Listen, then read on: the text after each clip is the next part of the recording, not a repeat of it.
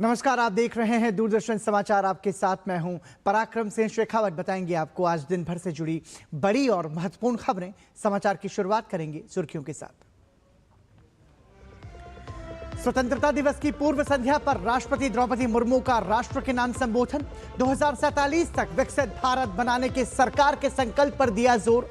कहा, विद्यार्थी भारत के भविष्य के शिल्पकार, मातृशक्ति को बनाया जा रहा सशक्त। स्वतंत्रता संग्राम सेनानियों को किया नमन।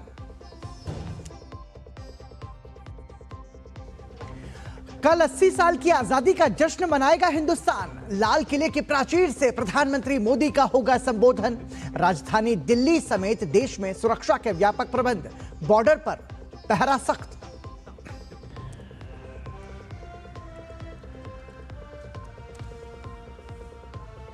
विभाजन विभीषिका दिवस पर प्रधानमंत्री मोदी ने एकता का दिया संदेश। उत्तर प्रदेश के मुख्यमंत्री योगी आदित्यनाथ ने कांग्रेस पर किया प्रहार। कहा, 1947 में भी मौन थी कांग्रेस, क्योंकि सत्ता पर थी नजर। नेता प्रतिपक्ष राहुल गांधी को लोकसभा सचिवालय की विशेषाधिकार शाखा ने दिया नोटिस। राहुल गांधी पर असंसदीय और अपमानजनक भाषा के इस्तेमाल का आरोप। राहुल को 28 अगस्त 2026 तक जवाब देने का निर्देश। भाजपा सांसद अनुराग सिंह ठाकुर ने 30 जुलाई 2026 को राहुल गांधी के खिलाफ दिया था नोटिस।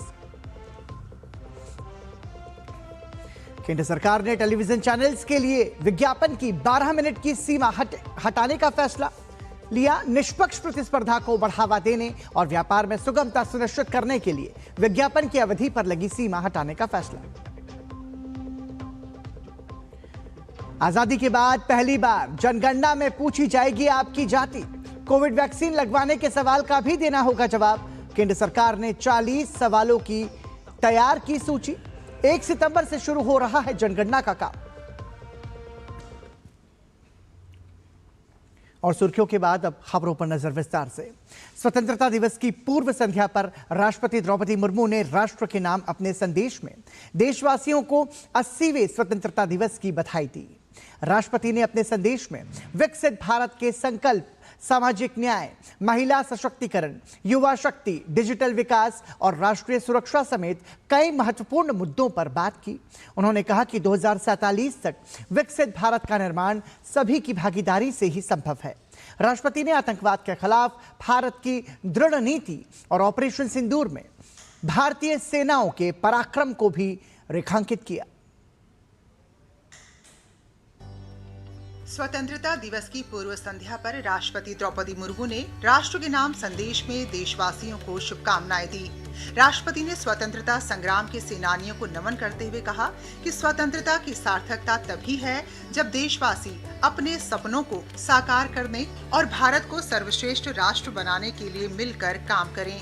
उन्होंने किसानों, श्रमिकों, वैज्ञानिकों, शिक्षकों, खिलाड़ियों और सफाई मित्रों समेत राष्ट्र निर्माण में योगदान देने वाले हर नागरिक की सराहना की। राष्ट्रपति ने युवाओं को भारत की सबसे मूल्यवान संपदा बताया।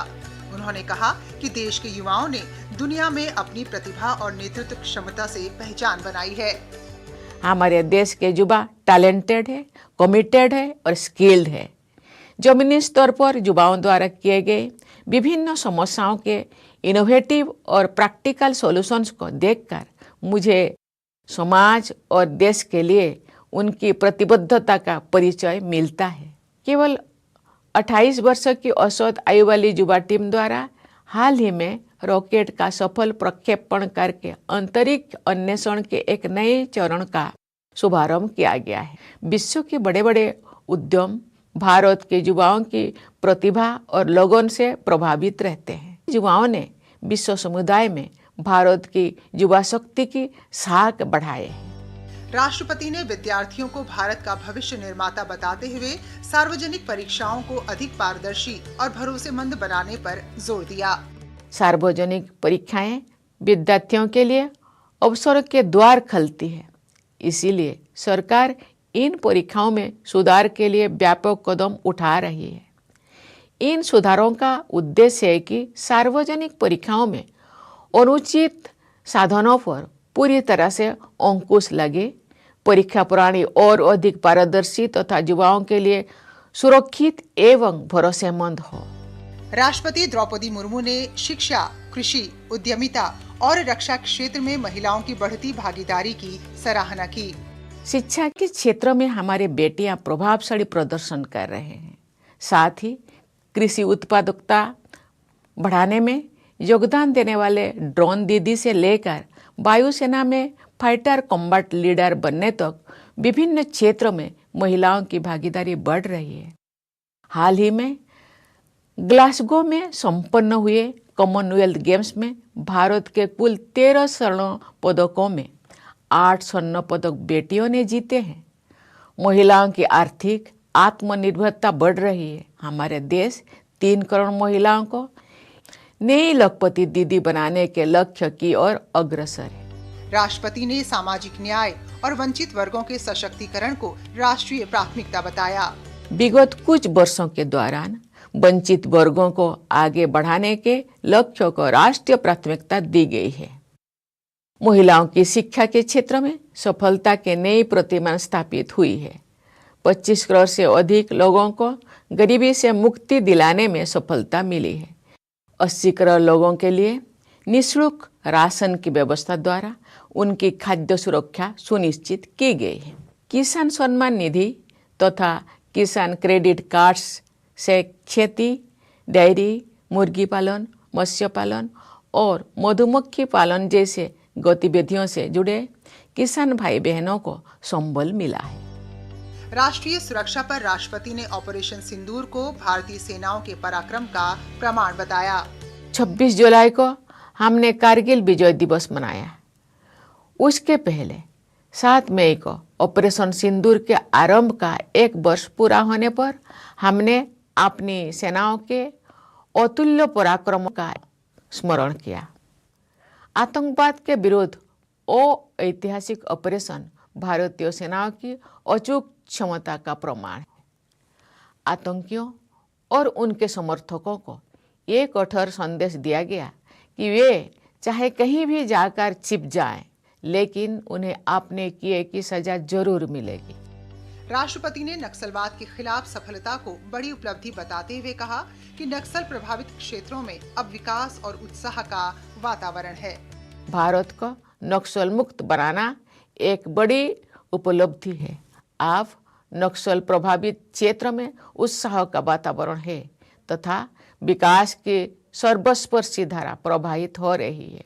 बस्तर ओलंपिक्स में खिलाड़ियों ने, बस्तर पंडुम में कलाकारों ने तथा इन आयोजनों में दर्शकों ने भारी संख्या में हिस्सा लिया। राष्ट्रपति के संदेश में युवा शक्ति से लेकर नारी शक्ति तक और सामाजिक विकास से लेकर राष्ट्रीय सुरक्षा तक विकसित भारत के व्यापक संकल्प की तस्वीर दिखाई दी। उनका संदेश है कि 2047 के विकसित भारत की यात्रा में सरकार के साथ हर नागरिक की भागीदारी जरूरी है। Bureau report, DD news. राष्ट्रपति द्रौपदी मुर्मू ने स्वतंत्रता दिवस की पूर्व संध्या पर देश को संबोधित किया। राष्ट्रपति के संबोधन को लेकर प्रधानमंत्री नरेंद्र मोदी ने एक्स पर अपने संदेश में लिखा, स्वतंत्रता दिवस की पूर्व संध्या पर राष्ट्रपति जी का प्रेरक और विचारशील संबोधन, उनके विचार हमारे देश की ताकत और हर भारतीय की आकांक्षाओं को दर्शाते हैं। उनका संदेश हम सभी को विकसित भारत के लिए नए संकल्प के साथ काम करने के लिए प्रेरित करता है।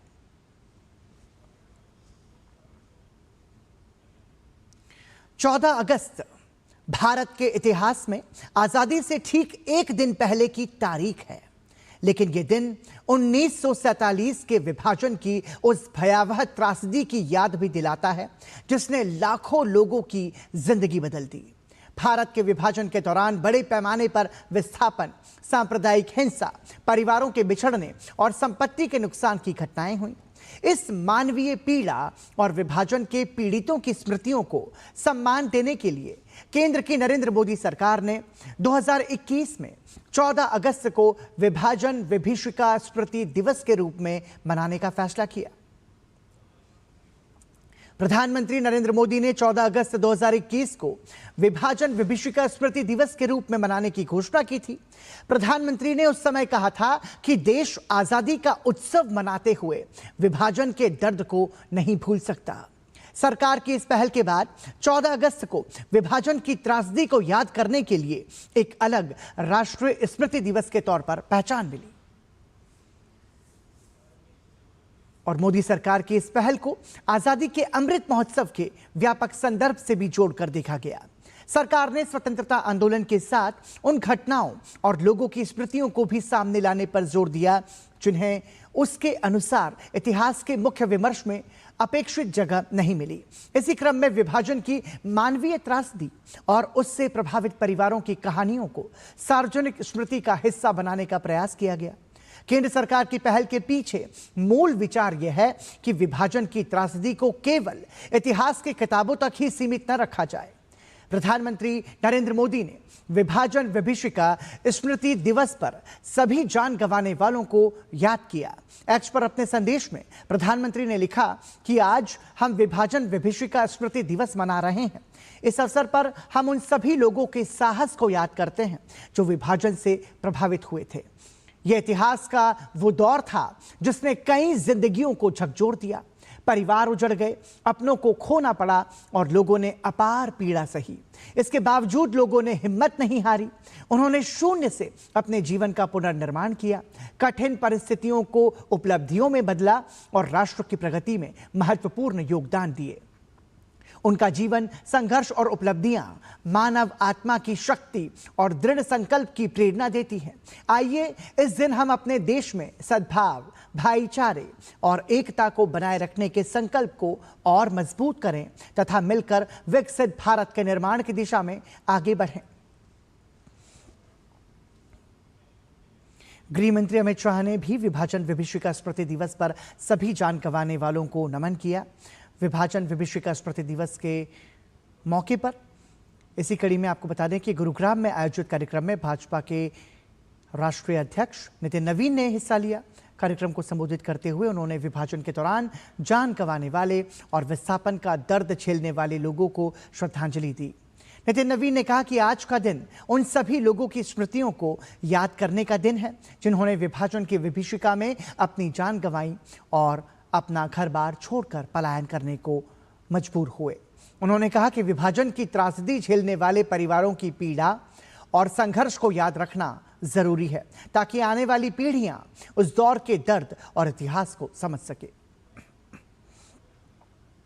आज का दिन निश्चित रूप से उन स्मृतियों को याद करने का दिन है जिन्होंने अपनी कुर्बानी दी। कईयों ने भी इस विभाजन की विभीषिका में पलायन किया। मैं आज उन सभी परिवारों को जिन्होंने अपने परिवारजनों को खोया, जिन्होंने विस्थापन का दर्द झेला, मैं उन सब को आज नमन करता हूं, श्रद्धा सुमन अर्पित करता हूं। जिन परिवारों ने इस दर्द को झेला, जिन परिवारों ने इस विभीषिका को देखा, अगर उनकी स्मृतियों को थोड़ा भी स्मरण करते हैं तो मैं मानता हूं हम सब के जीवन का उतना कठिन पल शायद ही किसी के जीवन में आया होगा। लखनऊ में मुख्यमंत्री योगी आदित्यनाथ ने विभाजन विभीषिका स्मृति दिवस पर आयोजित मौन जुलूस में हिस्सा लिया। उन्होंने विभाजन के दौरान पीड़ितों को श्रद्धांजलि अर्पित की और पीड़ित परिवारों को याद किया। उत्तर प्रदेश के मुख्यमंत्री योगी आदित्यनाथ ने लखनऊ में बंटवारे की विभीषिका स्मृति दिवस पर आयोजित कार्यक्रम में हिस्सा लिया। कार्यक्रम को संबोधित करते हुए देश के इतिहास और गुलामी के कारणों पर अपनी बात रखी। मुख्यमंत्री योगी आदित्यनाथ ने कहा कि भारत कभी शक्ति, ज्ञान और वैभव के मामले में दुनिया से पीछे नहीं था। उन्होंने कहा कि इसके बावजूद देश को लंबे समय तक गुलामी का सामना करना पड़ा। विभाजन की त्रासदी उसी दिवस की ओर हम सबका ध्यान आकर्षित कराती है। यह दिवस केवल एक स्मृति दिवस मात्र नहीं है, यह इतिहास के पन्नों को उलटने जैसा नहीं है। ये दिवस इतिहास के उन काले अध्यायों से हमें बहुत कुछ सीखने की एक प्रेरणा भी प्रदान कर रहा है। मुख्यमंत्री योगी आदित्यनाथ ने कांग्रेस पर निशाना साधते हुए कहा कि वो लोग 1947 में चुप थे, उस समय भी उनकी नजर सिर्फ सत्ता पर थी। आज भी ऐसे ही लोगों की सोच वही है। जो लोग 1947 में मौन थे, जिनके स्वर उस समय भी नहीं फट रहे थे, उनकी नजरें तब भी सत्ता में थी, सत्ता पर थी। एन केन प्रकारेण सत्ता मिले, देश की कीमत पर सत्ता मिले, उन लोगों के कृत्य आज भी वही है। देश आज विभाजन विभीषिका स्मृति दिवस मना रहा है। इस अवसर पर दिल्ली विश्वविद्यालय और ICHR की ओर से राष्ट्रीय संगोष्ठी आयोजित की गई। कार्यक्रम में उपराष्ट्रपति CP राधाकृष्णन समेत कई गणमान्य लोग शामिल हुए। उपराष्ट्रपति ने विभाजन विभीषिका पर समर्पित एक प्रदर्शनी का लोकार्पण किया। विभाजन विभीषिका का सामना करने वाले लोगों को सम्मानित भी किया।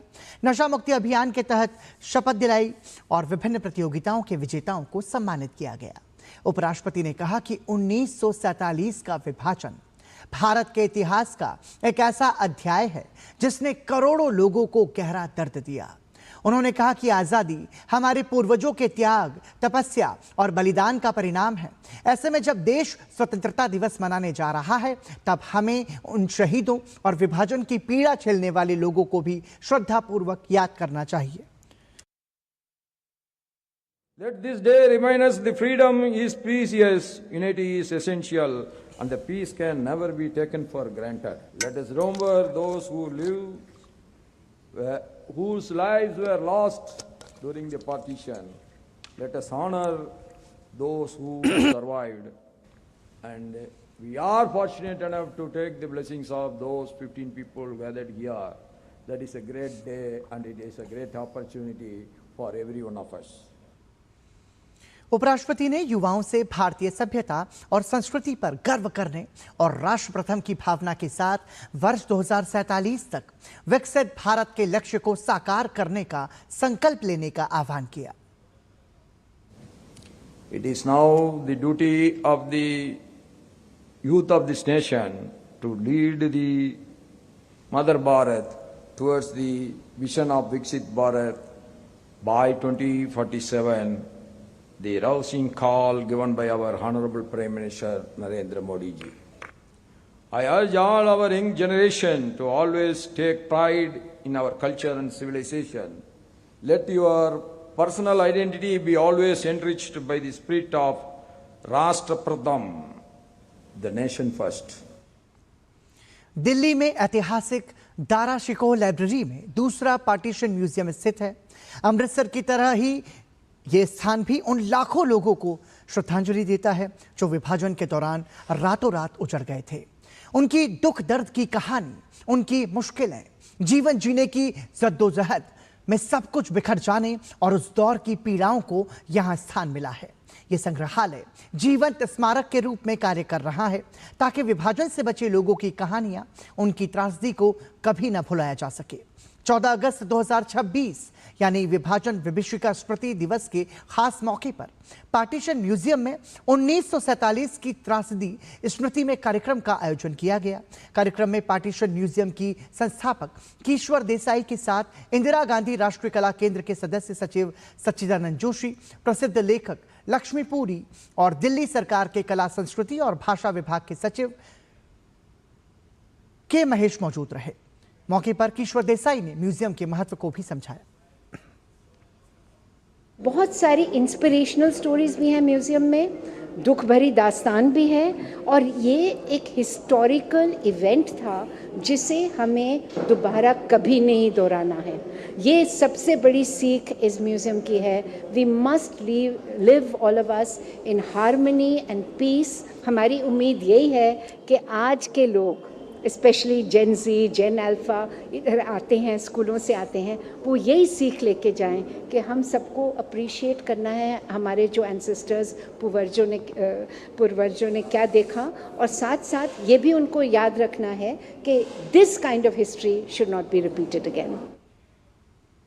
कार्यक्रम में दिल्ली सरकार के कला, संस्कृति एवं भाषा विभाग के सचिव के महेश ने कहा कि आज के युवाओं को इस म्यूजियम में जरूर आना चाहिए, तभी वो विभाजन की विभीषिका को जान पाएंगे। The relevance and the significance of this museum is that our new generation Alpha, other generations, millennial, Gen Z, they must visit and they must learn about the contribution made by our freedom fighters. And these are just not refugees, these are not only victims of partition, but also they fought for the freedom of this country. स्वतंत्रता दिवस की पूर्व संध्या पर रक्षा मंत्री राजनाथ सिंह ने देश के सैनिकों को संबोधित किया। रक्षा मंत्री ने कहा कि यह दिन केवल सेना की किसी एक इकाई या उपलब्धि की चर्चा करने का नहीं, बल्कि भारत के रक्षा क्षेत्र की पूरी यात्रा और उसके विकास को व्यापक दृष्टिकोण से देखने का अवसर है। राजनाथ सिंह ने कहा कि आजादी के बाद से भारत ने हर क्षेत्र में अभूतपूर्व प्रगति की है और रक्षा क्षेत्र का सफर भी प्रेरणादायक रहा है। रक्षा मंत्री ने सशस्त्र सेनाओं को देश की सुरक्षा और गौरव का मजबूत स्तंभ बताया। साथियों, एक रक्षा मंत्री के रूप में वैसे तो मैं समय समय पर अलग अलग अवसरों पर आप सबसे मिलता ही रहता हूं, लेकिन स्वतंत्रता दिवस की पूर्व संध्या पर आप सभी से कुछ बातें साझा करना हमेशा एक अलग अनुभव होता है। ऐसा इसलिए क्योंकि इस दिन हम हमारी आर्म्ड फोर्सेज के किसी एक यूनिट के बारे में ही बात नहीं कर रहे होते हैं, बल्कि हम भारत के डिफेंस सेक्टर के डेवलपमेंट को हॉलिस्टिक नजरिए से देख रहे होते हैं। एक राष्ट्र के रूप में भारत ने आजादी के इन 80 वर्षों में जो प्रगति की है वह अपने आप में एक प्रेरक गाथा है, लेकिन यह कहानी तब और सुखद हो जाती है जब हम इसमें भारत के रक्षा क्षेत्र की यात्रा को देखते हैं। साथियों, 1947 से लेकर आज तक हमारे रक्षा क्षेत्र ने अभूतपूर्व प्रगति की है और हम सब इसके साक्षी हैं। और अब खबर राहुल गांधी की डर्टी पॉलिटिक्स से जुड़ी हुई। कांग्रेस नेता राहुल गांधी ने एक बार फिर राजनीतिक मर्यादाओं को लांघते हुए देश के प्रधानमंत्री से लेकर राष्ट्रीय स्वयंसेवक संघ पर कई अभद्र टिप्पणियां की हैं। दरअसल मानसून सत्र की चर्चा से भागकर कांग्रेस नेता राहुल गांधी कांग्रेस के रचनात्मक सम्मेलन में शामिल हुए। सम्मेलन का नाम रचनात्मक था, लेकिन उसमें विचार नकारात्मक थे। नकारात्मकता प्रधानमंत्री के गरिमामयी पद के खिलाफ, नकारात्मकता आरएसएस के स्वयंसेवकों के खिलाफ, और नकारात्मकता का बांध तब टूटा जब वंशवादी सोच ने शालीनता की सारी हदें पार करते हुए एक महिला की गरिमा को भरे मंच से तार तार कर दिया। इस मामले की गंभीरता तब और बढ़ जाती है जब विपक्ष का सबसे बड़ा चेहरा अपने राजनीतिक फायदे के लिए मित्र देश के राष्ट्राध्यक्ष पर विवादित टिप्पणी करता है। कांग्रेस के रचनात्मक सम्मेलन में यही हुआ। राहुल गांधी और कांग्रेस नेता संदीप दीक्षित इटली की प्रधानमंत्री पर आपत्तिजनक टिप्पणी कर रहे थे और मंच और दर्शकों में मौजूद महिलाएं इसका विरोध करने की बजाय मुस्कुरा रही थीं। कांग्रेस की इस रचनात्मकता ने सिर्फ राजनीतिक शालीनता का उल्लंघन ही नहीं किया, बल्कि भारत के विदेश संबंधों को नुकसान पहुंचाने में भी कोई कसर नहीं छोड़ी। सबसे पहले आपको बता देते हैं कि आखिर राहुल गांधी और संदीप दीक्षित ने इटली की प्रधानमंत्री जॉर्जिया मेलोनी के बारे में क्या कहा। दरअसल कांग्रेस सांसद राहुल गांधी मोदी सरकार की विदेश नीति पर तंज कस रहे थे। उनके साथ कांग्रेस नेता संदीप दीक्षित ने भी चुटकी ली। राहुल गांधी ने कहा कि पता नहीं कहां से इनके दिमाग में घुस गया है कि गले पड़ना ही विदेश नीति है। कार्यक्रम में राहुल गांधी ने मंच पर संदीप दीक्षित के साथ गले मिलने की एक्टिंग भी की। राहुल गांधी ने संदीप दीक्षित को गले लगाकर कहा, इनको लगता है कि गले लगना ही फॉरेन पॉलिसी है। इस बीच संदीप दीक्षित ने राहुल गांधी को रोककर कहा कि एक बात पूछ सकता हूं। संदीप दीक्षित ने इटली की प्रधानमंत्री पर अभद्र टिप्पणी की। संदीप दीक्षित की विवादित टिप्पणी पर बेशर्म की तरह मुस्कुराते रहे राहुल गांधी और इस वाकये के बाद एक नई बहस छिड़ गई है। आपको बता दें कि मंच पर कांग्रेस नेता राहुल गांधी और संदीप दीक्षित की ये बेशर्म टिप्पणी बताती है कि महिलाओं के प्रति अनादर जब मनोरंजन का जरिया बन जाए तो ऐसे नेताओं की नीति और नीयत पर भरोसा नहीं किया जा सकता है। राहुल गांधी के इस कृत्य के बाद भाजपा हमलावर है। भाजपा सांसद अनुराग सिंह ठाकुर ने कहा कि जिस परिवार की महिलाएं देश में उच्चतम पदों पर रहीं, ऐसे राहुल गांधी द्वारा एक महिला राष्ट्राध्यक्ष के बारे में ऐसी अशोभनीय टिप्पणी करना उनकी मानसिकता को दर्शाता है। राजनीति में मतभेद लोकतंत्र का हिस्सा है, लेकिन अशोभनीय टिप्पणी, संवैधानिक पदों का अपमान, ये एक आदत सी बन गई है राहुल गांधी जी की। अब तो लगता है राहुल गांधी जी का पालन पोषण और संस्कार, इस पे प्रश्न चिन्ह उठने लगे हैं। कांग्रेस की मानसिकता उजागर हो रही है। भारत की गौरवशाली राजनीतिक परंपरा रही है और इस गौरवशाली राजनीतिक परंपरा का अपमान बार बार कांग्रेस पार्टी के नेताओं ने किया, विशेष तौर पर राहुल गांधी जी ने किया। इस विवादित मामले पर केंद्रीय मंत्री गिरिराज सिंह और भाजपा सांसद सुधांशु त्रिवेदी ने भी प्रतिक्रिया देते हुए राहुल गांधी को आड़े हाथ लिया है। चीज कल जो हरकत एलओपी ने किया राहुल गांधी ने, वो शायद सड़क छाप से ज्यादा नहीं था और ये फ्रस्ट्रेशन में है। इनके नाना प्राइम मिनिस्टर रहे, इनकी दादी प्राइम मिनिस्टर रही, इनके पिताजी प्राइम मिनिस्टर रहे। विदेश नीति अगर नहीं समझ पाए तो अब समझ भी नहीं पाएंगे, क्योंकि अब इनका विदेश नीति देश के बाहर जाके सरोज जैसे लोगों से मिल करके भारत को गाली देना ही इनका विदेश नीति है। ये दो लोग गले मिल रहे थे भारत की विदेश नीति के ऊपर अत्यंत अशोभनीय टिप्पणी करने के बाद। एक वो संदीप दीक्षित, जिन्होंने ये बोला था कि भारत का सेना अध्यक्ष सड़क छाप गुंडा है, और दूसरे वो राहुल गांधी, जिन्होंने जेएनयू में जाके भारत तेरे टुकड़े होंगे इंशाअल्लाह कहने वाले लोगों का समर्थन किया था। देश की जनता को समझना चाहिए कि ये दो लोग मां भारती के उस सपूत प्रधानमंत्री नरेंद्र मोदी जी के लिए इतनी अभद्र गालियां बक रहे हैं कि लगता है कि अब देश को भली भांति समझना चाहिए कौन देश के हित की बात कर रहा है और कौन एक गहरे षड्यंत्र का हिस्सा बन रहा है। भरे मंच से एक महिला राष्ट्राध्यक्ष का मखौल उड़ाया गया तो भाजपा की महिला सांसद बांसुरी स्वराज ने राहुल गांधी को एक नाकाम स्टैंड अप कॉमेडियन करार दे दिया। प्रकार की संस्कारहीन, अभद्र, अश्लील भाषा का प्रयोग करा है। जितना उन्होंने अभद्र बयान आज प्रधानमंत्री श्री नरेंद्र मोदी जी पे दिया है, उससे वो नेता प्रतिपक्ष नहीं, एक फेल्ड स्टैंड अप कॉमेडियन लग रहे थे। नरेंद्र मोदी ऐसे नेता हैं जिन्होंने एक नहीं, दो नहीं, बल्कि 9 FTA साइन करके 38 कंट्रीज के साथ भारत का आर्थिक भविष्य सुरक्षित करा है। ये कोई पहला मौका नहीं है जब कांग्रेसी नेताओं की महिला विरोधी सोच सामने आई हो। इससे पहले भी कई बार ऐसा हुआ जब कांग्रेस के वरिष्ठ नेता महिलाओं पर अभद्र टिप्पणी करके विवादों में फंस चुके हैं।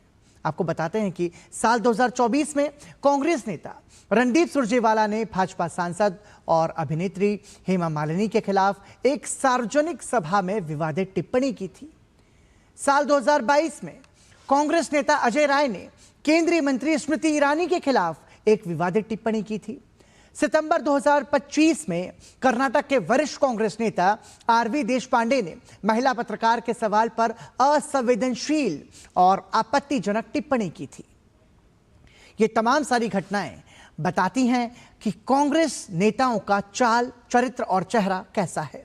कांग्रेस के बहुत से नेता राहुल गांधी को देश के प्रधानमंत्री के रूप में देखना चाहते हैं, लेकिन राहुल गांधी अभी तक दूसरे देशों के राष्ट्राध्यक्षों का सम्मान कैसे किया जाना चाहिए ये भी नहीं सीख पाए हैं। उल्टा विपक्ष का सबसे बड़ा चेहरा रहते हुए वो इटली की प्रधानमंत्री पर की जा रही अभद्र टिप्पणी पर मुस्कुरा रहे हैं और कांग्रेस के वरिष्ठ नेता राहुल गांधी की इस मानसिकता का विरोध करने के बजाय उनके बयान को सही ठहरा रहे हैं। नेता प्रतिपक्ष के तौर पे यही तो कहा है। लोग भूल गए ऑपरेशन सिंदूर, भारतवर्ष अकेला पड़ गया था और प्रधानमंत्री जी हमारे जहां जाते हैं, जिस ढंग से मिलते हैं, राहुल गांधी ने वही तो उठाया था। राहुल गांधी ने तो और कुछ कहा नहीं, किसी और ने कहा हो तो उसकी जिम्मेदारी राहुल गांधी की तो नहीं हो सकती। प्रमोद तिवारी के मुताबिक राहुल गांधी के मंच पर उनसे गले लगकर कोई महिलाओं पर अभद्र टिप्पणी करे तो राहुल गांधी हंस तो सकते हैं लेकिन जिम्मेदारी नहीं लेंगे। लेकिन भारतीय विदेश मंत्रालय ने इस मुद्दे पर कहा कि इटली के साथ हमारे मजबूत संबंध हैं, ऐसे में हमें एक दूसरे के सम्मान का ध्यान रखना चाहिए। इटली के साथ हमारे बहुत गहरे और मजबूत संबंध हैं और हम इस रिश्ते को और मजबूत करना चाहते हैं और जहां तक दो देशों के बीच में मित्रता की बात है, रिश्तों की बात है, उसको एक आदरपूर्ण उसको एक दायरे में रखना जरूरी होता है। प्रधानमंत्री की विदेश नीति को लेकर राहुल गांधी के बयान पर भाजपा ने राहुल गांधी पर जमकर निशाना साधा है। रक्षा मंत्री राजनाथ सिंह ने तीखा वार किया और राहुल गांधी के बयान को अशोभनीय आचरण बताया। उन्होंने कहा कि आज तक किसी भी नेता प्रतिपक्ष को ऐसा अशोभनीय आचरण अपनाते हुए नहीं देखा गया है। विपक्ष राहुल गांधी ने प्रधानमंत्री श्री नरेंद्र मोदी जी एवं भारत की विदेश नीति के प्रति जो टिप्पणी की है वो अत्यंत निम्न स्तरीय और निंदाजनक तो है ही, क्योंकि अपने लंबे राजनीतिक जीवन में मैंने किसी भी नेता प्रतिपक्ष को, चाहे वो सुषमा जी व अरुण जेटली जी रहे हों अथवा अटल जी और अडवाणी जी रहे हों अथवा अटल जी की सरकार में डॉक्टर मनमोहन सिंह जी और सोनिया गांधी जी रही हों, ऐसा अशोभनीय आचरण की कल्पना से परे था। राहुल गांधी जी के मन में प्रधानमंत्री जी के प्रति चाहे जितनी भी कुंठा भरी हो, परंतु ऐसी अभद्र टिप्पणी यह सर्वथा अस्वीकार्य है। लोकसभा की विशेषाधिकार समिति ने राहुल गांधी को उनके एक बयान को लेकर नोटिस जारी किया है। समिति ने नोटिस जारी करते हुए उनसे जवाब मांगा है। जवाब दाखिल करने के लिए समिति ने राहुल गांधी को 28 अगस्त तक का समय दिया है। ये नोटिस भाजपा सांसद अनुराग सिंह ठाकुर द्वारा लोकसभा अध्यक्ष ओम बिरला को राहुल गांधी के खिलाफ विशेषाधिकार हनन का जो नोटिस सौंपा गया था, अब इस नोटिस के मद्देनजर लोकसभा की विशेषाधिकार समिति ने राहुल गांधी से जवाब मांगा है। भाजपा सांसद अनुराग सिंह ठाकुर ने 30 जुलाई 2026 को लोकसभा अध्यक्ष ओम बिरला को 3 पेज का एक पत्र सौंपा था, जिसमें उन्होंने राहुल गांधी के खिलाफ विशेषाधिकार हनन आरोप लगाया था। ये मामला सार्वजनिक परीक्षा अनुचित साधनों की रोकथाम संशोधन विधेयक 2026 पर बहस के दौरान राहुल गांधी द्वारा असंसदीय और अपमानजनक भाषा का इस्तेमाल करने और नियम 353 के तहत बिना पर्याप्त पूर्व सूचना के माननीय गृह मंत्री पर गंभीर आरोप लगाने से जुड़ा है। 3 पेज के नोटिस में भाजपा सांसद ने लोकसभा अध्यक्ष से अनुरोध किया कि वो मामले में विस्तृत जांच और उपयुक्त कार्रवाई के लिए इसे विशेषाधिकार समिति को भेजे। नोटिस में राहुल गांधी को सदन और गृह मंत्री अमित शाह से बिना शर्त माफी मांगने का निर्देश देने का भी अनुरोध किया गया है। भाजपा सांसद अनुराग सिंह ठाकुर ने कहा कि राहुल गांधी ने प्रदर्शनकारी छात्रों के साथ हुई कथित बातचीत का लोकसभा में उल्लेख करते समय नियम 352 का उल्लंघन किया। साथ ही अनुराग सिंह ठाकुर ने यह भी मांग की थी कि नेता प्रतिपक्ष को सदन और गृह मंत्री अमित शाह से बिना शर्त माफी मांगने के निर्देश दिए जाए। केंद्र सरकार ने टीवी चैनल्स के लिए विज्ञापन से जुड़े नियमों में बड़ा बदलाव करने का फैसला किया है। सरकार अब टीवी चैनल्स पर 12 मिनट के विज्ञापन की अवधि की सीमा हटाने जा रही है। वर्ष 2006 में केबल टेलीविजन नेटवर्क नियम 1994 के तहत यह सीमा लागू की गई थी। उस समय देश में सिर्फ 62 टीवी चैनल्स थे, लेकिन आज देश में 900 से ज्यादा टीवी चैनल्स हैं और केबल टीवी के साथ साथ DTH, HITS और IPTV जैसे डिजिटल प्लेटफॉर्म भी बड़ी संख्या में चैनल उपलब्ध करा रहे हैं। सूचना और प्रसारण मंत्रालय के मुताबिक टीवी चैनल विज्ञापन से होने वाली आय पर काफी निर्भर है, इसलिए विज्ञापन की सीमा हटाने से पारंपरिक टीवी चैनल्स और डिजिटल मीडिया के बीच बराबरी की प्रतिस्पर्धा का माहौल बनाने में मदद मिलेगी। और अब बात उस खबर की जो सीधे आपसे जुड़ी हुई है, बात जनगणना की। इस बार की जनगणना कई मायनों में ऐतिहासिक होने जा रही है, क्योंकि आजाद भारत के इतिहास में पहली बार जाति से जुड़े आंकड़े इसमें जुटाए जाएंगे। इतना ही नहीं, ये पूरी प्रक्रिया देश की अब तक की सबसे बड़ी डिजिटल जनगणना होगी। देश में होने वाली आगामी जनगणना 2027 को लेकर केंद्र सरकार ने एक बड़ा कदम उठाया है। सरकार ने जनगणना के दूसरे चरण यानी जनसंख्या गणना के लिए 40 सवालों की सूची जारी की है। जनगणना के दौरान लोगों से SC, ST या अन्य जाति के बारे में पूछा जाएगा। आजादी के बाद यह पहली बार होगा जब सभी समुदायों की जाति की जानकारी जनगणना में दर्ज की जाएगी। खास बात यह है कि लोगों से कोविड वैक्सीन कहां से लगवाई थी, यह सवाल भी पूछा जाएगा। इसके साथ मोबाइल नंबर, आधार, वोटर ID और बैंक अकाउंट से जुड़े सवाल भी होंगे। अब आपको सिलसिलेवार तरीके से समझाने की कोशिश करते हैं कि किस सेक्शन में आपसे क्या क्या पूछा जाएगा। जनगणना में व्यक्ति का नाम, परिवार के मुखिया से संबंध, लिंग यानी जेंडर, आपकी जन्मतिथि और उम्र पूछी जाएगी। इसके साथ ही आपकी वैवाहिक स्थिति, शादी के समय आपकी उम्र, पति या पत्नी का नाम, राष्ट्रीयता, धर्म जैसे कि आप कौन से धर्म से संबंध रखते हैं, इन सभी के अलावा SC, ST जाति की जानकारी ली जाएगी। माता पिता की जानकारी भी दर्ज होगी। जनसंख्या गणना के दौरान शिक्षा और भाषा की जानकारी भी आपसे ली जाएगी। इसमें 5 सवाल आपसे पूछे जाएंगे, जैसे दिव्यांगता, मातृभाषा और दूसरी भाषाएं, साक्षरता और डिजिटल साक्षरता की जानकारी भी ली जाएगी। साथ ही शैक्षणिक संस्थान में पढ़ाई की स्थिति और उच्चतम शैक्षणिक योग्यता, स्ट्रीम या विषय पूछे जाएंगे।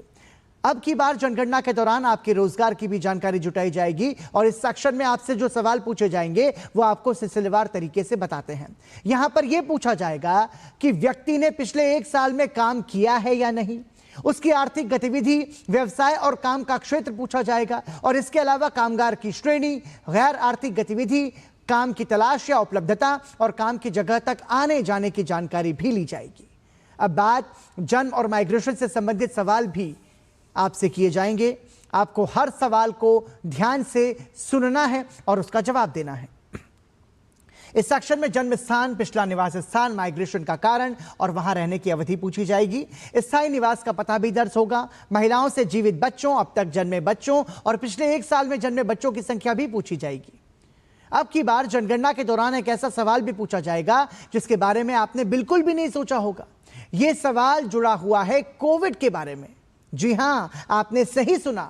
इस सेक्शन में आपसे पूछा जाएगा कि कोरोना काल के दौरान आपने कोविड-19 वैक्सीन कहां लगवाई। साथ ही कुल बैंक अकाउंट और मोबाइल नंबर भी पूछा जाएगा। Aadhaar number, voter ID, passport number और ड्राइविंग लाइसेंस उपलब्ध है या नहीं, इसकी जानकारी भी ली जाएगी। और यह प्रक्रिया हिमपात वाले इलाकों में 1 सितंबर से शुरू होगी। लद्दाख और जम्मू कश्मीर, हिमाचल प्रदेश और उत्तराखंड के हिमपात वाले इलाकों में लोगों की गिनती 1 से 30 सितंबर के बीच होगी। इस जनगणना को कराने के लिए घर घर जाकर लोगों की गिनती शुरू होने से ठीक पहले 17 से 31 अगस्त तक खुद से जानकारी भरने यानी कि सेल्फ एन्यूमरेशन का विकल्प भी होगा। देश के बाकी हिस्सों में लोगों की गिनती अगले साल शुरू होगी।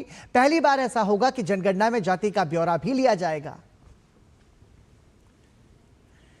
आपको यह भी बता दें कि जाति के आधार पर गिनती करने का फैसला पिछले साल 30 अप्रैल को प्रधानमंत्री नरेंद्र मोदी की अध्यक्षता वाली राजनीतिक मामलों की मंत्रिमंडल समिति ने लिया था।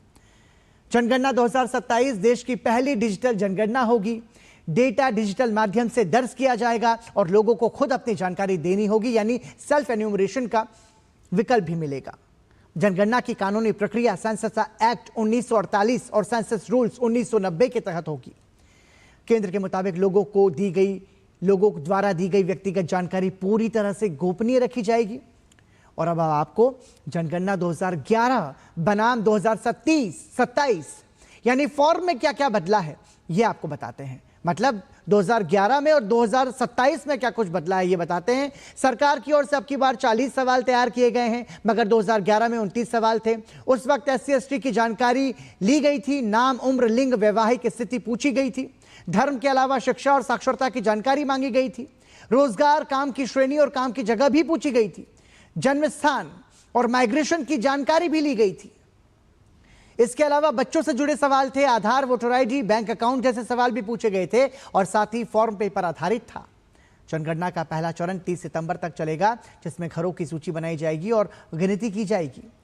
कई राज्यों और केंद्र शासित प्रदेशों में घरों की सूची बनाने और उनकी गिनती के लिए गणना कर्मियों ने 16 अप्रैल से घर घर जाना शुरू किया। हर 10 साल में होने वाली जनगणना वैसे 2021 में होनी थी, लेकिन तब इसे कोविड-19 महामारी के कारण टाल दिया गया था। केंद्रीय कैबिनेट ने जनगणना कराने के लिए 11,718 करोड़ रुपए को मंजूरी दी है।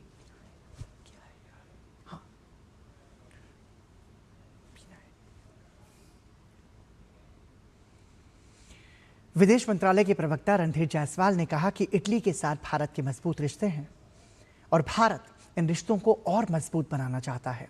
उन्होंने ये भी कहा कि किसी भी मुद्दे को सम्मानजनक तरीके से उठाया जाना चाहिए। हमारे बहुत गहरे और मजबूत संबंध हैं और हम इस रिश्ते को और मजबूत करना चाहते हैं। और जहां तक दो देशों के बीच में मित्रता की बात है, रिश्तों की बात है, उसको एक आदरपूर्ण उसको एक दायरे में रखना जरूरी होता है। वहीं सिंधु जल संधि की स्थिति पर विदेश मंत्रालय के प्रवक्ता रणधीर जायसवाल ने साफ साफ कहा कि सिंधु संधि हमारा रुख सभी को पता है उस पर क्या है और इसमें कोई बदलाव नहीं किया गया है। सिंधु जल समझौते में जो हम लोग का सोच है, हमारा जो पक्ष है, उससे अब भली भांति बाकी है, उसमें कोई बदलाव नहीं आया है। देशभक्ति के रंग में रंगा है पूरा देश। स्वतंत्रता दिवस के उत्सव से पहले देश के कोने कोने में तिरंगा यात्राओं का आयोजन हो रहा है। हर घर तिरंगा अभियान के तहत बड़ी संख्या में लोग हाथों में तिरंगा लेकर राष्ट्र प्रेम, एकता और अखंडता का संदेश दे रहे हैं। इसी कड़ी में सूचना और प्रसारण मंत्रालय की ओर से भी तिरंगा यात्रा का आयोजन किया गया। देशभक्ति, राष्ट्रीय एकता और सामाजिक सद्भाव के संदेश के साथ कोटा में हर घर तिरंगा अभियान और विभाजन विभीषिका स्मृति दिवस के उपलक्ष्य में जागरूकता कार्यक्रम का आयोजन किया गया। भारत सरकार के सूचना और प्रसारण मंत्रालय के केंद्रीय संचार ब्यूरो कोटा की ओर से महावीर नगर विस्तार योजना के सेक्टर 1 स्थित स्कूल में आयोजित इस कार्यक्रम में बड़ी संख्या में स्कूली छात्र छात्राओं ने भाग लिया। कार्यक्रम के दौरान विभाजन विभीषिका पर आधारित प्रदर्शनी, मौखिक प्रश्नोत्तरी और पुरस्कार वितरण का आयोजन किया गया। वहीं विद्यार्थियों में देशभक्ति और राष्ट्र प्रेम की भावना को मजबूत करने के उद्देश्य से तिरंगा रैली भी निकाली गई। कार्यक्रम के अंत में सभी प्रतिभागियों को राष्ट्र की एकता, अखंडता और सामाजिक सद्भाव बनाए रखने की शपथ भी दिलाई गई।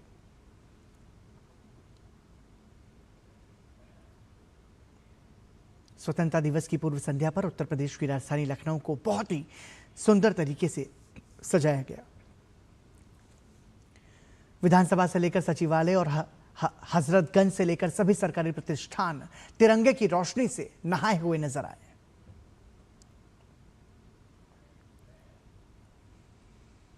देश की राजधानी दिल्ली में गुरुवार को कला और संस्कृति के क्षेत्र की नामचीन हस्तियों का सम्मान हुआ। विज्ञान भवन में संगीत नाटक अकादमी की ओर से वर्ष 2024 और 2025 के लिए अकादमी फेलोशिप यानी रत्न सदस्यता और अकादमी पुरस्कार प्रदान किए गए। राष्ट्रपति द्रौपदी मुर्मू ने देश भर से आए कलाकारों को सम्मानित किया। इस दौरान कलाकारों के चेहरे पर सम्मान की खुशी और भावनाओं का सैलाब दोनों नजर आए। देखिए डीडी न्यूज संवाददाता डॉक्टर सुयश शर्मा की ये खास रिपोर्ट। दिल्ली का विज्ञान भवन मंच पर देश की समृद्ध कला और सांस्कृतिक विरासत का गौरव और सामने मौजूद थे संगीत, नृत्य, रंगमंच और लोक कलाओं के दिग्गज कलाकार। अवसर था संगीत नाटक अकेडमी के प्रतिष्ठित सम्मान समारोह का, जहां राष्ट्रपति द्रौपदी मुर्मू ने वर्ष 2024 और 2025 के लिए देश के वरिष्ठ कलाकारों को सम्मानित किया। समारोह में विशिष्ट कलाकारों को संगीत नाटक अकादमी की प्रतिष्ठित फेलोशिप यानी अकादमी रत्न सदस्यता प्रदान की गई। वहीं वर्ष 2024 के लिए 52 कलाकारों को और वर्ष 2025 के लिए 52 कलाकारों को संगीत नाटक अकेडमी पुरस्कार से नवाजा गया। समारोह में राष्ट्रपति द्रौपदी मुर्मू ने कहा कि भारत की सांस्कृतिक विरासत उसकी सबसे बड़ी ताकत है। हजारों वर्षों से चली आ रही हमारी कला परंपराएं देश की विविधता में एकता का संदेश देती हैं। ये जो कलाकार आज हम जो देखे, ये कलाकार जो अपने जो बहुत सारे शिष्यों को सिखा रहे हैं, वो इसको जरूर जीवित रखेंगे, लेकिन आधुनिकता नहीं होना चाहिए। भारत का जो स्वतंत्रता बनाए रखना चाहिए। भारत का जो स्वतंत्र संस्कृति, उसको कभी भी मिटना नहीं चाहिए। ऐसे विधाओं का ना केवल डॉक्यूमेंटेशन होना चाहिए, उनकी जीवंत रखने के लिए विशेष प्रयास जरूरी होना चाहिए। समारोह में केंद्रीय संस्कृति मंत्री गजेंद्र सिंह शेखावत, संस्कृति मंत्रालय के सचिव विवेक अग्रवाल और संगीत नाटक अकेडमी की अध्यक्ष डॉक्टर संध्या पुरेचा समेत देश विदेश से आए कलाकार और कला प्रेमी मौजूद रहे। ये भारत की सुदीर्घ कला परंपरा जो हजार सालों से भारत की सभ्यतागत विकास के साथ निरंतर प्रवाहमान है, आज हम सब ने मिलकर के उस परंपरा का एक बार फिर कृतज्ञ भाव से सम्मान किया। ये कार्यक्रम अपने आप में भारत जो विविधताओं वाला देश है, उस विविधता में एकता का उत्सव और एकता का प्रतीक है। जब वर्षों की साधना को देश का सर्वोच्च सम्मान मिला तो कई कलाकार भावुक हो उठे। किसी ने अपनी खुशी को गीत के जरिए व्यक्त किया तो किसी की आंखों से छलके आंसुओं ने बिना शब्दों के ही पूरी कहानी कह दी। पूरब उस पे भी जिगर जलता है, क्या तमाशा है कि बरसात में घर जलता है। 5 दशकों की जो साधना, जो संवेदनशीलता, लगनशीलता, एक तपस्या है, अगर उसके लिए इस तरह से सम्मान मिलता है तो ये मेरा नहीं, मेरे गुरुजनों का सम्मान है। इन कलाकारों के लिए ये सिर्फ एक पुरस्कार नहीं बल्कि जीवन भर की कला साधना की सार्वजनिक स्वीकृति थी। विज्ञान भवन का ये समारोह इसी सांस्कृतिक विरासत को नमन करता नजर आया।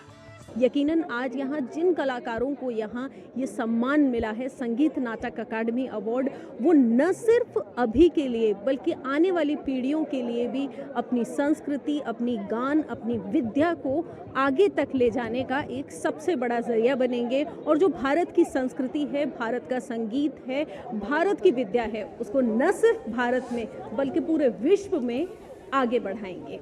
कैमरा पर्सन राणा के साथ मैं डॉक्टर सुयश शर्मा, डीडी न्यूज, दिल्ली। देश भर में हर घर तिरंगा अभियान पूरे उत्साह और गौरव के साथ मनाया जा रहा है। 80वें स्वतंत्रता दिवस पर कल पहली बार ऐतिहासिक लाल किले पर राष्ट्रगीत वंदे मातरम का सामूहिक गायन होगा। इस विशेष आयोजन और इसके सांस्कृतिक महत्व को लेकर संस्कृति मंत्रालय के सचिव विवेक अग्रवाल से खास बातचीत की डीडी न्यूज संवाददाता डॉक्टर सुयश शर्मा ने। इस वर्ष जो वंदे मातरम है उसका 150वीं वर्षगांठ भी हम मना रहे हैं, तो हर घर तिरंगा अभियान के साथ वंदे मातरम का गायन भी एक विशेष आयोजन है जो इस बार हो रहा है। और इस बार का जो स्वरूप है वो बड़ा है पहले से, और इस बार के स्वरूप में जो पार्टिसिपेशन है वो भी पहले से बहुत अच्छा है। और जो माननीय प्रधानमंत्री जी ने आह्वान किया है, उसके आह्वान के बाद और जो उत्साह है वो बढ़ा है। भारत उन युवा क्रांतिकारियों के बलिदान और शौर्य को हमेशा नमन करता है जिनके संघर्ष के बिना आजादी की कहानी अधूरी है।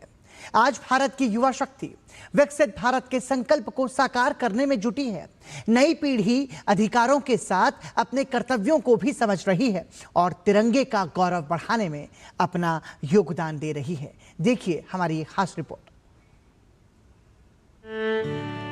आजादी के दशकों बाद आज भारत एक नए संकल्प के साथ आगे बढ़ रहा है और वो है 2047 तक विकसित भारत का संकल्प। इसे हकीकत में बदलने की सबसे बड़ी जिम्मेदारी युवाओं के कंधों पर है। राष्ट्र निर्माण का सफर सिर्फ नीतियों से तय नहीं होता, बल्कि इसमें युवाओं की ऊर्जा, उनके नए विचार और कुछ कर गुजरने का जज्बा सबसे ज्यादा काम आता है। इसी जज्बे को आगे बढ़ा रहे हैं दिल्ली विश्वविद्यालय के छात्र। विकसित भारत 2047 का जो विजन है वो किसी एक व्यक्ति का नहीं, पूरे देश का है, देश के सारे युवाओं का है। सारा युवा उसमें एक हो जाए, ईमानदारी से अपना काम करे। समकालीन परिदृश्य में थोड़ा भटकाव आया है, लिटरेसी नो डाउट बढ़ रही है, स्किल्स बढ़ रहे हैं, लेकिन हम युवाओं को अपने कर्तव्य बोध का भान होना बहुत आवश्यक है। तभी हम एक विकसित भारत एक संकल्प और एक स्वतंत्र भारत, स्वतंत्र राष्ट्र की संकल्पना को सिद्ध कर सकते हैं। आजादी की लड़ाई में महिलाओं ने भी काफी कुर्बानियां दी हैं और विकसित भारत की तस्वीर भी तब तक पूरी नहीं हो सकती जब तक उसमें महिलाओं की पूरी भागीदारी न हो। आज की युवा महिलाएं शिक्षा से लेकर विज्ञान, स्टार्टअप, खेल और नेतृत्व तक हर क्षेत्र में अपनी पहचान बना रही हैं और देश के प्रति अपनी जिम्मेदारी को पूरा कर रही हैं। महिलाएं चांद तक पहुंच चुकी है और मैं चाहती हूं कि ये सोसाइटी बहुत मॉडर्न सोसाइटी बने और वुमेन्स को इक्वल अपॉर्चुनिटी मिले। वहीं आज तकनीक दुनिया की दिशा बदल रही है। ऐसे में भारत के युवा सिर्फ तकनीक के इस्तेमाल तक सीमित नहीं रह सकते, उन्हें इसके निर्माता और नेतृत्वकर्ता बनना होगा। आर्टिफिशियल इंटेलिजेंस से लेकर स्पेस टेक्नोलॉजी, डिजिटल इनोवेशन से लेकर स्टार्टअप्स तक युवा अपने आइडियाज से देश की तरक्की की नई इबारत लिख सकते हैं। टेक्नोलॉजी इवॉल्व हो रहा है, एआई इवॉल्व हो रहा है, आर्टिफिशियल इंटेलिजेंस का बढ़ाव हो रहा है और यूथ इस चीज़ में काफ़ी ज़्यादा इन्वेस्टेड है। तो मेरे हिसाब से यूथ अगर इसमें कंट्रीब्यूट करता है, अगर इसमें लर्निंग करता है आर्टिफिशियल इंटेलिजेंस में, तो वो आगे चल के हमारे देश को और भी देशों के साथ में खड़ा कर सकता है। भारत का युवा आज सिर्फ अपने अधिकारों की बात नहीं करता, बल्कि वो जानता है कि सवाल उठाना या आवाज बुलंद करना ही काफी नहीं है। देश के लिए एक जिम्मेदार नागरिक बनना हमारा सबसे बड़ा कर्तव्य है। हमें अपना जिम्मेदारी निभानी चाहिए। जैसे सड़क पे चलते हैं हम लोग, कई बार कचरा फेंक देते हैं, तो हमारे सिंपल सी चीज़ है, कचरा बाहर ना फेंक, कैसे कूड़ेदान में डालें। रिस्पॉन्सिबल सिटीजन है, उसको अपनी ड्यूटीज़ भी समझ आनी चाहिए कि उसकी ड्यूटीज़ क्या है देश के प्रति। हम हर वक्त अगर गवर्नमेंट को ही कोसते रहेंगे, गवर्नमेंट को ही गलत मानते रहेंगे, तो उससे देश नहीं चलने वाला। आजादी की वर्षगांठ केवल इतिहास को याद करने का अवसर नहीं, बल्कि भविष्य का संकल्प लेने का भी दिन है। जिस तिरंगे के लिए कभी युवाओं ने अपने प्राण न्योछावर किए थे, आज उसी तिरंगे को नई ऊंचाइयों तक पहुंचाने की जिम्मेदारी भी देश के युवाओं की है। इन युवाओं का जोश और विश्वास ये गवाही दे रहा है कि विकसित भारत की राह में युवा अपनी भूमिका निभाने के लिए तैयार हैं। Bureau report, DD news. और आइए अब नजर डालते हैं इस वक्त की बड़ी सुर्खियों पर। स्वतंत्रता दिवस की पूर्व संध्या पर राष्ट्रपति द्रौपदी मुर्मू का राष्ट्र के नाम संबोधन। 2047 तक विकसित भारत बनाने के सरकार के संकल्प पर दिया जोर। कहा, विद्यार्थी भारत के भविष्य के शिल्पकार, मातृशक्ति को बनाया जा रहा सशक्त, स्वतंत्रता संग्राम सेनानियों को किया नमन। कल 80 साल की आजादी का जश्न मनाएगा हिंदुस्तान। लाल किले की प्राचीर से प्रधानमंत्री मोदी का होगा संबोधन। राजधानी दिल्ली समेत देश में सुरक्षा के व्यापक प्रबंध, बॉर्डर पर पहरा सख्त। विभाजन विभीषिका दिवस पर प्रधानमंत्री मोदी ने एकता का दिया संदेश। उत्तर प्रदेश के मुख्यमंत्री योगी आदित्यनाथ ने कांग्रेस पर किया प्रहार। कहा, 1947 में भी मौन थी कांग्रेस, क्योंकि सत्ता पर थी नजर। स्वतंत्रता दिवस से पहले राष्ट्रपति द्रौपदी मुर्मू ने 78 वीरता पुरस्कार को दी मंजूरी। वीरता पुरस्कारों में 9 कीर्ति चक्र, 19 शौर्य चक्र, 36 सेना मेडल, 3 नौसेना मेडल और 5 वायुसेना मेडल से सम्मानित करने की घोषणा। नेता प्रतिपक्ष राहुल गांधी को लोकसभा सचिवालय की विशेषाधिकार शाखा ने दिया नोटिस। राहुल गांधी पर असंसदीय और अपमानजनक भाषा के इस्तेमाल का आरोप। राहुल को 28 अगस्त 2026 तक जवाब देने का निर्देश। भाजपा सांसद अनुराग सिंह ठाकुर ने 30 जुलाई 2026 को राहुल गांधी के खिलाफ दिया था नोटिस। और केंद्र सरकार ने टेलीविजन चैनल्स के लिए विज्ञापन की 12 मिनट की सीमा हटाने का लिया फैसला। निष्पक्ष प्रतिस्पर्धा को बढ़ावा देने और व्यापार में सुगमता सुनिश्चित करने के लिए विज्ञापन की अवधि पर लगी सीमा हटाने का निर्णय। और आजादी के बाद पहली बार जनगणना में पूछी जाएगी आपकी जाति। कोविड वैक्सीन लगवाने के सवाल का भी देना होगा जवाब। केंद्र सरकार ने 40 सवालों की सूची तैयार की। 1 सितंबर से शुरू हो रही है जनगणना का काम। इसी के साथ समाचार में अभी के लिए इतना ही। दीजिए अनुमति। नमस्कार।